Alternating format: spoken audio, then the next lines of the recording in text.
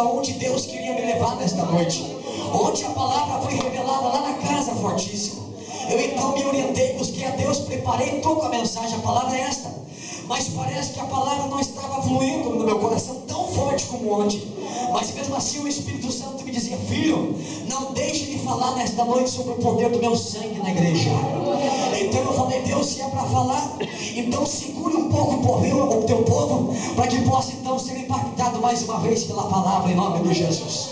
Porque avivamento, ele é composto de duas coisas. Barulho não traz avivamento, avivamento traz barulho. Então essa igreja está debaixo do avivamento. É a igreja que tem palavra, aleluia. É a igreja que tem adoração de Deus. E toda igreja que adora a Deus e tem missão no coração, é uma igreja poderosa como esta aqui. Amados, existem aproximadamente algumas funções do sangue de Jesus, igualzinho como o sangue que acontece no corpo humano. Cadê a irmã para me ajudar aqui no teclado?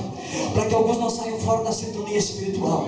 Amados, o apóstolo João descreve poderosamente no livro de João, capítulo 6, versículos 53 e 54. Ele fala assim com autoridade e evidência: aquele que não comer do pão do Filho do Homem, não beber do sangue do Filho do Homem, não tem vida em si mesmo, não consegue viver, não consegue ficar de pé na presença de Deus. Então o apóstolo Paulo estava tão cheio de Deus que escreve no livro de Gálatas, capítulo 2, versículo 20, e fala mais ou menos assim, com poderosa palavra. Diz assim: agora não sou eu mais que vivo, mas agora Cristo vive em mim.